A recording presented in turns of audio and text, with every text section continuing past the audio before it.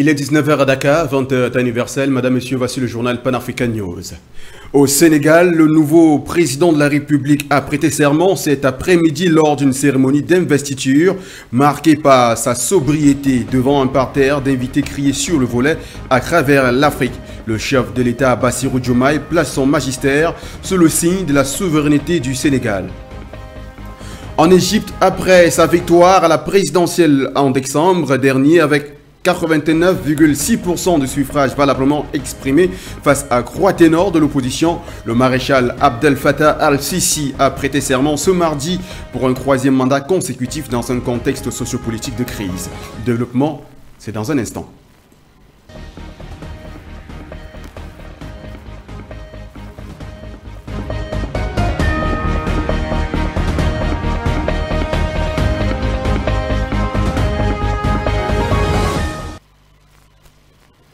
Ouvrons ce journal au Sénégal où l'atmosphère sociopolitique porte belle. Ce mardi, le nouveau président de la République, son Excellence Bassirou Diomaye Diakhar Faye, a prêté serment devant la Cour constitutionnelle et devant un parterre d'invités criés sous le volet à travers l'Afrique. Le nouveau président est par ailleurs 5e président de la République du Sénégal, place son magistère sous le signe de la souveraineté du Sénégal.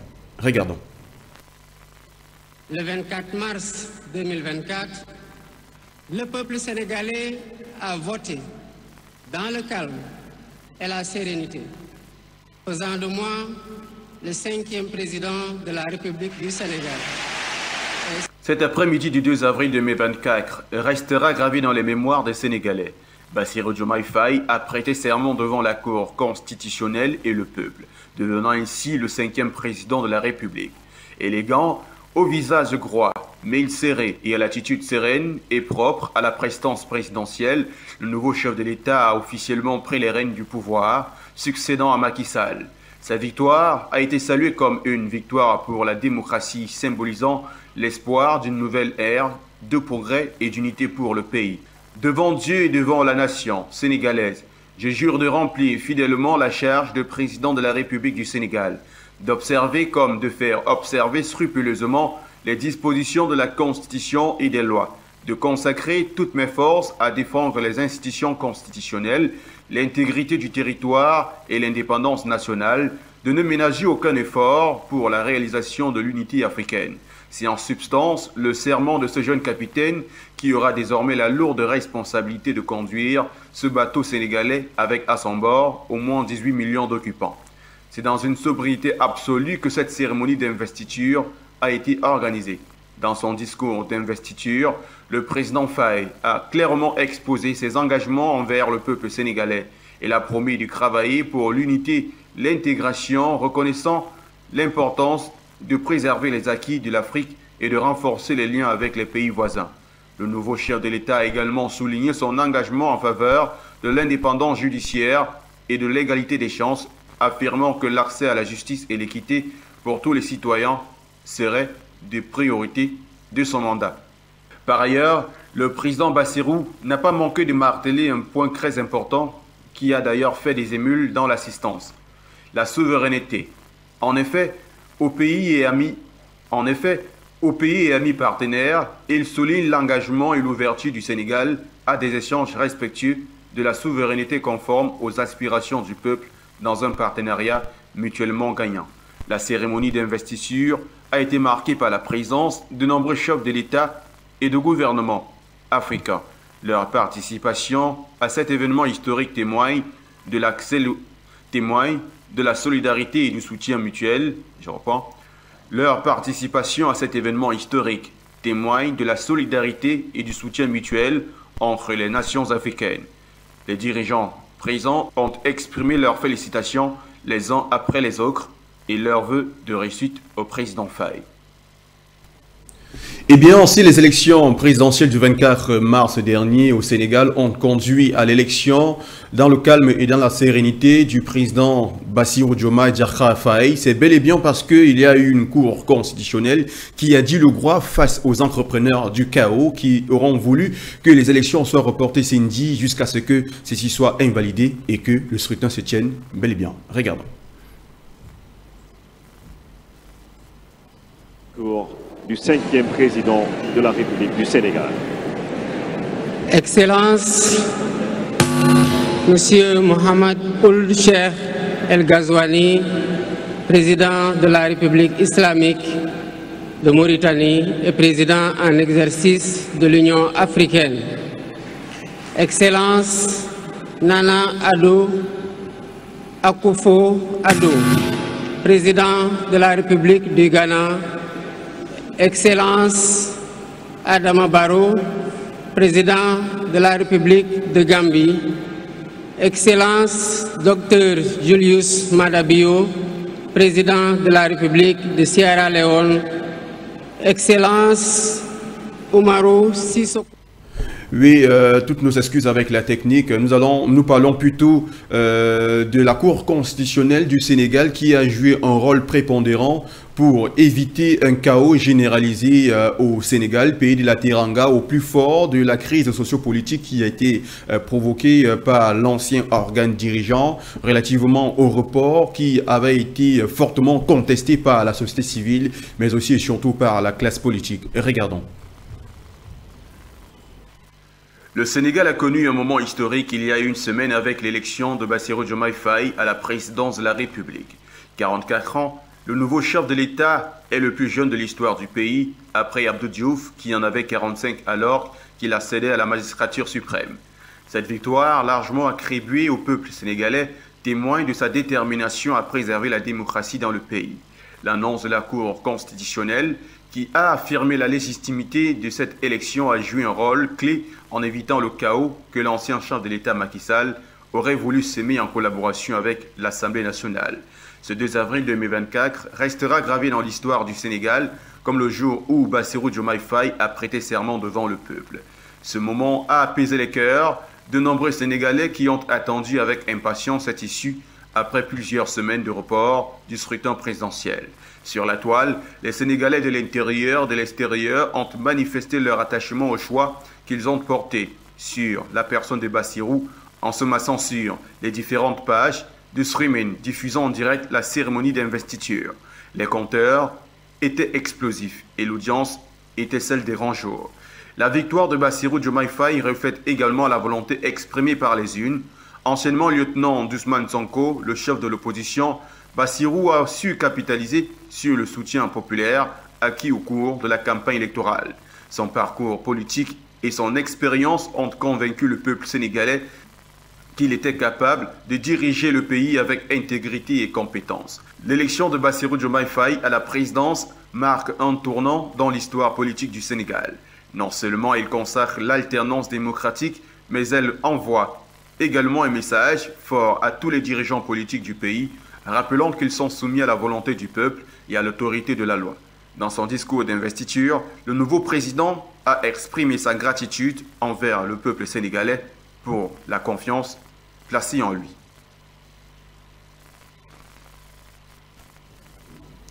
Dans la même lancée, nous vous proposons ce morceau choisi du tout premier discours officiel tenu par le président de la République, Bassirou Diomaye Diakhar Faye, devant un parterre d'invités disséminés à travers l'Afrique, mais aussi et surtout devant le peuple sénégalais.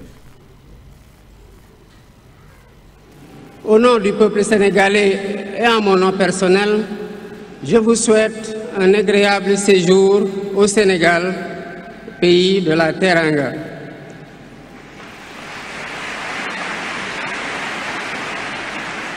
Mes salutations et mes remerciements vont aussi à tous les institutions partenaires qui ont envoyé des délégations ainsi qu'à tous nos invités. Monsieur le Président du Conseil constitutionnel, je voudrais vous remercier et remercier les membres du Conseil pour vos félicitations et vos propos bienveillants.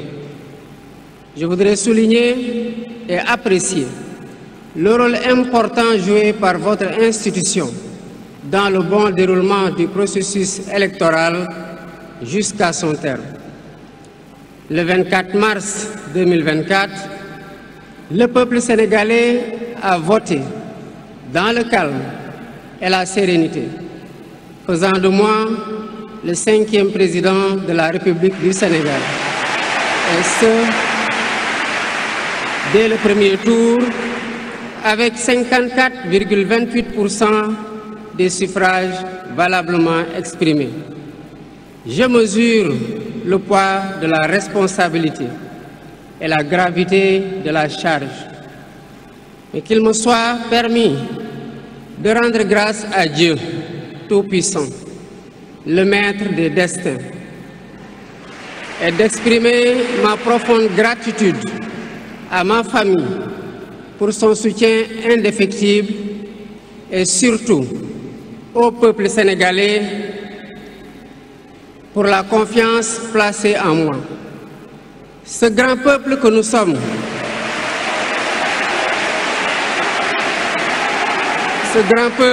sommes, au prix de vies perdues, de blessures irréversibles, de libertés confisquées, de carrières brisées, a démontré à maintes occasions et dans des moments critiques son attachement à la paix et aux valeurs républicaines. En m'adressant à ce jour, il me revient le douloureux souvenir des martyrs de la démocratie sénégalaise, des amputés, des blessés et des anciens prisonniers. Je garderai toujours à l'esprit les lourds sacrifices consentis afin de ne jamais vous décevoir.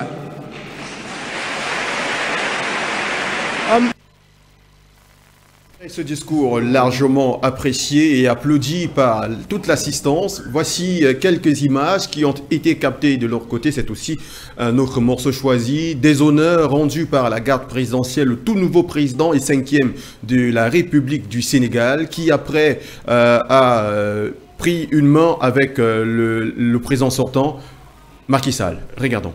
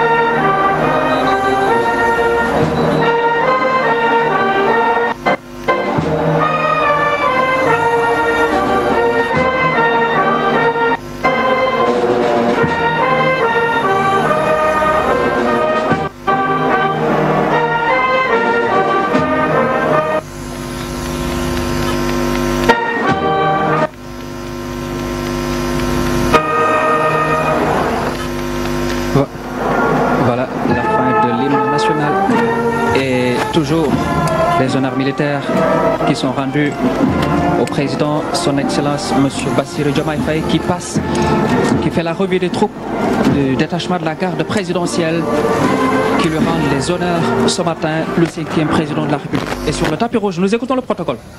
Excellence, Monsieur le Président de la République, les honneurs vous sont rendus par un détachement de l'escadron spécial de la garde présidentielle, commandé par le lieutenant John Michel Ndiaye.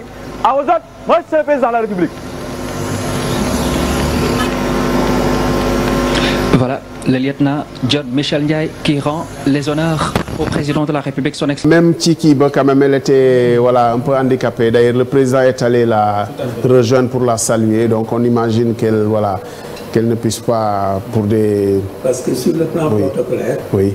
Elle a préséance sur le... du Conseil économique et social. En effet, tout à fait, tout à fait, tout à fait. Maintenant, elle est excusée, voilà. Ok, donc, nous sommes dem. Comme on a dit, on a pensé que du yag parce que les podef nañ ko ba paré xeyna waxtaan la ak joxat ko ay conseil rek lolou mom meunta ñak. C'est ça l'utilité. Exactement. Fi kuy ñëk tok? Fi kuy ñëk tok? Chérif ay jëf faut te mouiller quand même. non xam nga. fii ku war a njëkk a toog ku war a njëkk a toog. bu fekkee voilà ne bon président Macky Sall nee na ko toogal. moo koy dalal. d'accord ba moo koy dalal ok kon ba léegi mu ngi këram waaw ok d'accord parce que tout ça quand même est très. C'est l'âge qui passe. D'accord. Nous restons toujours dans ce contexte électoral en Afrique, mais cette fois-ci, nous allons en Égypte. Après sa victoire à la présidentielle en décembre dernier, avec 89,6% de suffrages valablement exprimés face à 3 grands opposants, le maréchal Abdel Fattah al-Sisi a également prêté serment ce mardi pour une 3e fois consécutive, dans un contexte sociopolitique particulièrement tendu. Le président égyptien Abdel Fattah al-Sisi a prêté serment ce mardi devant le Parlement pour son 3e mandat à la tête du plus peuplé des pays arabes dans un contexte de graves tensions régionales et d'importantes difficultés économiques. Au pouvoir depuis une décennie déjà, M. al-Sisi devrait rester à son poste jusqu'en 2030. L'ancien maréchal de 69 ans qui a remporté en décembre l'élection présidentielle avec 89,6% de voix était face à 3 autres candidats et ses adversaires de l'opposition ont été tout simplement écartés ou alors emprisonnés. L'ex-chef de l'armée et ministre de la Défense, M. al-Sisi, avait orchestré en 2013, un an avant son accession à la présidence, la destitution de l'islamiste Mohamed Morsi suite à des manifestations populaires massives. Le chef de l'État avait remporté en 2014 sa première présidentielle avant d'être réélu en 2018.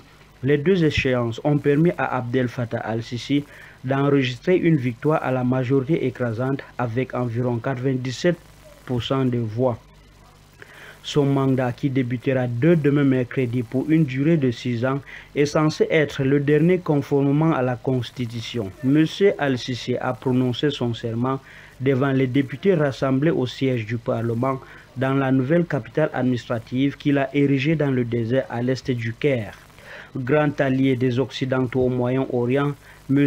al-Sisi est régulièrement épinglé par des ONG pour des milliers de détenus politiques ou des arrestations pour des écrits en ligne. Ses détracteurs fustigent la répression de toute opposition, fût-elle islamiste ou libérale. Rappelons que son investiture intervient alors que l'Égypte subit de plein fouet les répercussions géopolitiques des conflits régionaux se déroulant à ses frontières. À l'est, la guerre entre Israël et le Hamas palestinien dans la bande de Gaza. Au sud, la guerre civile qui déchire le Soudan.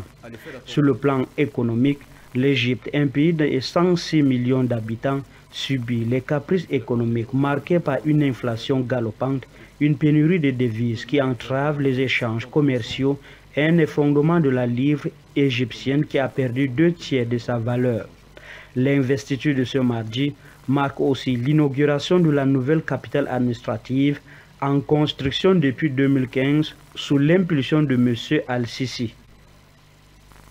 Parlons tout autre chose. En Côte d'Ivoire, les producteurs de cacao sont mécontents après une vive polémique née de la comparaison du prix du kilogramme de cacao entre la Côte d'Ivoire, ses pays voisins et même le Cameroun. Les cacaoculteurs ivoiriens ont décidé de saisir la plus haute autorité de l'État. À l'effet d'apporter des réponses, le gouvernement envisage d'augmenter de 50% le prix de vente du cacao dans les prochains jours.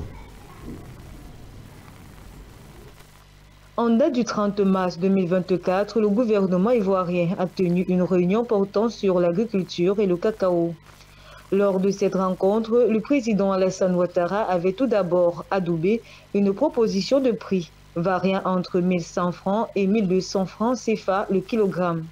À la suite des pourparlers, le chef de l'État est revenu sur sa décision et a demandé une hausse plus importante des prix. C'est du moins ce qu'ont indiqué plusieurs sources souhaitant garder l'anonymat. D'après ces mêmes sources, cette hausse sera finalement actée par le président Ouattara très prochainement. Selon des sociétés d'exploitation, le prix officiel du cacao passera de 1000 francs à 1500 francs CFA d'ici quelques jours, soit 2,47 $ le kilogramme.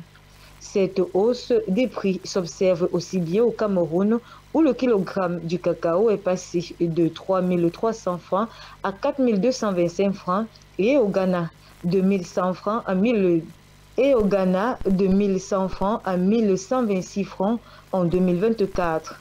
Toutefois, la Côte d'Ivoire reste le premier pays producteur de cacao au monde, suivi du Ghana.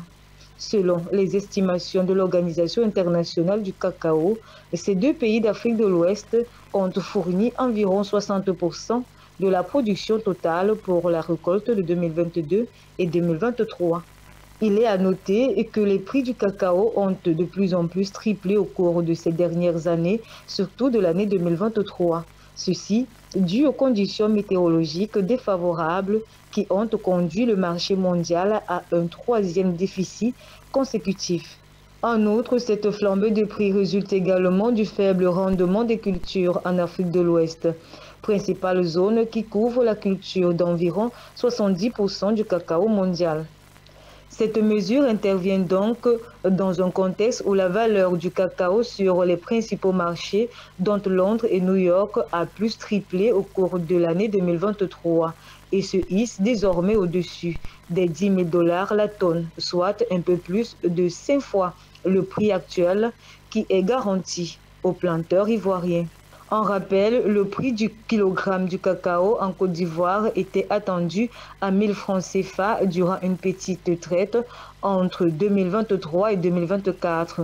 Le kilogramme de cacao devrait donc être vendu à ce prix-là durant la récolte intermédiaire du cacao, notamment du mois d'avril au mois de septembre. Même si cette décision du chef de l'État est saluée par les producteurs, elle soulève par ailleurs des questions sur son impact sur le marché mondial. Bien plus, elle suscite également des interrogations quant à son impact à long terme sur la filière cacao en Côte d'Ivoire. Espérons donc que ces grèves qui ont été portées à l'attention du président de la République, Alassane Ouattara, seront valablement pris en considération. Nous allons cette fois-ci parler du bloc des pays émergents, donc les BRICS+. Dans un temps proche, la Russie va créer une bourse de céréales dont bénéficieront les pays membres de la dite organisation. Les raisons de la mise sur pied de cette initiative de sécurité alimentaire dans ce récit. Moscou projette de créer une bourse de céréales pour les pays BRICS+.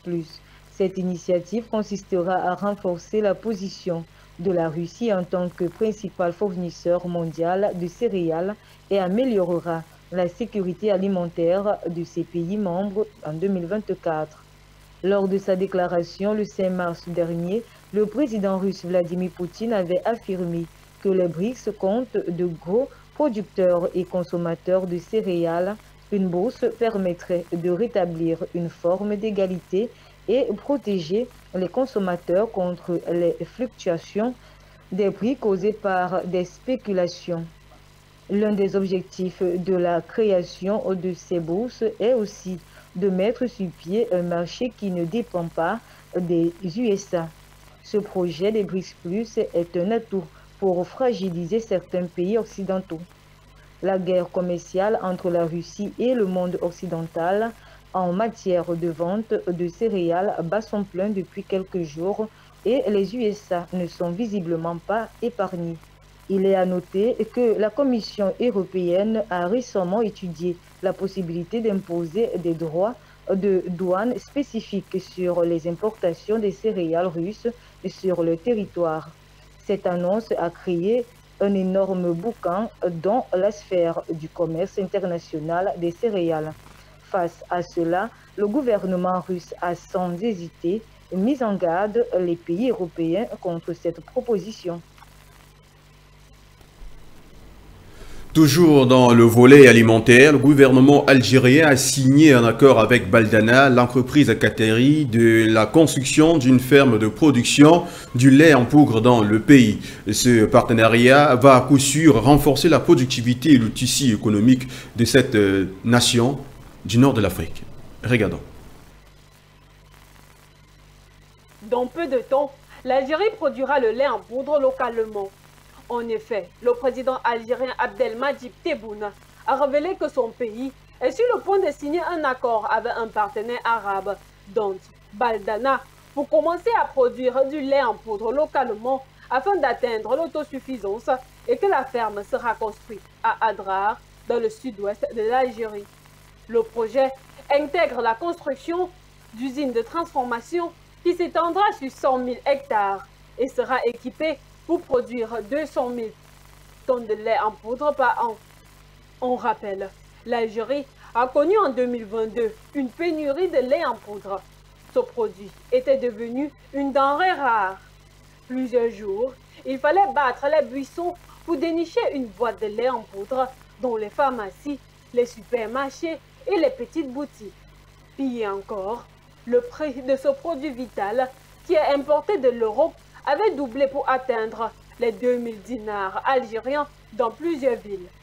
La venue de cette ferme de production locale du lait en poudre est donc une bonne nouvelle car elle va pallier au problème de pénurie de ce produit qui visite l'Algérie de temps à autre. Notons que Balatna, au Qatar, est la plus grande entreprise de production laitière du pays qui a émergé sur le marché mondial après que la crise du Conseil de coopération du Golfe en 2017 a eu modifié les objectifs de production des pays du Golfe. Coté à la bourse du Qatar depuis octobre 2019, Balatna a étendu sa marque à l'échelle régionale et mondiale et possède l'une des plus grandes exploitations bovines de la région, s'étendant sur une superficie de 2,6 millions de mètres carrés. Il faut souligner que ce projet d'investissement en Algérie devrait permettre au groupe qatari de renforcer sa présence en Afrique du Nord. Car en octobre 2023, l'entreprise avait déjà signé pour investir 1,5 milliard de dollars dans la production laitière en Égypte. Et puis, nous sortons de ce journal avec le sport football. L'actualité footballistique du continent est en effervescence depuis quelques jours à travers son championnat. Du Cameroun en passant par la Côte d'Ivoire et le Sénégal jusqu'en Afrique du Sud, Hervé Sanjo nous fait le round-up de cette actualité. Ce week-end s'est disputée la 18e journée du championnat sénégalais. Tengues FC, premier avec 34 points, reprend son fauteuil de leader. Le club a repris le dessus, 0 but contre 2 sur AS Dakar Sacré-Cœur sur sa pelouse. L'ancien premier Diaraf, deuxième, 32 points, occupe la deuxième place malgré le match nul et piège face à Sonokos, 6e, 24 points. Guidiouaï, 3e avec 31 points, conserve sa position après avoir battu 3 buts contre 1 Stade de Mbour, qui est 12e avec 15 points. Génération Foot fait le statu quo à la 11e avec 17 points. Le champion 2023 s'est contenté d'un point nul face à US Wakam, 8e, 21 points, malgré qu'il a tenu en échec en but partout. L'ASC Linguéré 9e, 21 points. Diamomo Fatigue reste premier relégable, 13e avec 15 points. Même son de cloche pour le match opposant ASC Diambar, dernier au classement, 14e avec 14 points, face à AS Pinké, 5e, à 26 points. En Côte d'Ivoire, ce week-end s'est joué également la 21e journée dans le championnat ivoirien. Le duel entre le premier et le troisième a tourné en faveur du premier. Le leader Racing Club Abidjan, 43 points, a dicté sa loi du domicile, 2 buts contre 1. Azoma FC, 4e avec 33 points. Ainsi, la victoire, 1 but contre 2 de soi chez Stella Club, 8e avec 25 points, permet au vainqueur d'occuper désormais la 3e place face avec 34 points. San Pedro 2e, 41 points, Alaminé AS Ndengele 5e, 32 points sur ses propres installations. San Pedro est ainsi à 2 unités du Racing. ASEC Mimosa 7e, 30 points, était exempt car engagé dans la Champions League africaine. Le champion 2023 a 2 matchs en retard. La Ligue a programmé ses 2 confrontations pour le 10 avril face à Academia FC et le 17 avril, les Mimos reçoivent Boaké FC. Dans la zone rouge, en attendant son match en retard, Boaké FC reste dernier au classement avec 14 points. Et Assi Dabengourou, premier relégable, 15e avec 20 points, malgré le nul et vierge face à Omisport, 9e à 29 points. Au Cameroun, les playoffs se dessinent. 3 journées ont été disputées. Le Coton Sport de Garoua, après son match nul en but partout face à Stade Renard, lors de la première journée, enregistre 2 victoires, notamment contre Colombe 1-0 et le Canon Sportif de Yaoundé 2-0. Le club de la Benue est deuxième avec 7 points. Il est suivi par Victoria United, 6 points, battu face au leader Young Sport Academy 2 buts contre 1. Ces 2 formations se sont affrontées ce lundi pour le compte de leur 3e sortie. Pour rappel, ils sont 8 clubs engagés dans cette phase pour le titre du champion 2024. En playoff down, où 5 clubs parmi les 10 se verront en ligue inférieure lors de la saison prochaine Pour l'heure, les Astres de Douala, après 3 matchs disputés, enregistrent 2 victoires pour un nul. Pour 7 points au compteur, ils sont provisoirement leaders. Ils sont suivis par l'Union sportive de Douala, 7 points, avec une différence de goal average particulier. En Afrique du Sud, la première ligue sud-africaine a vu ses 19e et 20e journées disputées ce week-end. À 2 journées de retard, le leader Mamelodi Sundowns, premier avec 46 points, joue ce mardi face à Super Sport United, 4e avec 32 points. Ce dernier dispute ainsi sa 20e journée. Lors de la 20e journée, notamment Orlando Pirates 2e avec 31 points, c'est RCP, 3 buts contre 2 face à Kaizer Chiefs 7e avec 29 points au compteur. Stellenbosch FC, 3e avec 32 points, a été tenu en échec face au dernier Cape Town Spurs, 16e avec 12 points. L'avant-dernier Richard Bay, 15e avec 14 points, s'est contenté d'un match nul et vierge face à TS Galaxy, 9e avec 25 points. Mesdames, Messieurs, le plaisir reste toujours le même de vous savoir nombreux devant vos nombreux téléviseurs à regarder Pan African Media TV. C'est ici le point culminant de cette édition de Pan African News. Mais avant, je vais vous laisser avec cette citation d'Umberto Eco relative à la propagation de fausses nouvelles, mais aussi et surtout de la propagande inglaçable. Et je fais relation avec la dernière élection au Sénégal, d'où nous avons eu beaucoup de confusion. Je cite. Les réseaux sociaux ont donné le droit à la parole à une légion d'imbéciles qui avant ne parlaient qu'au bar. On les faisait taire tout de suite et ils ne causaient aucun tort à la communauté. Mais aujourd'hui, ils ont le même droit de parole qu'un prix Nobel.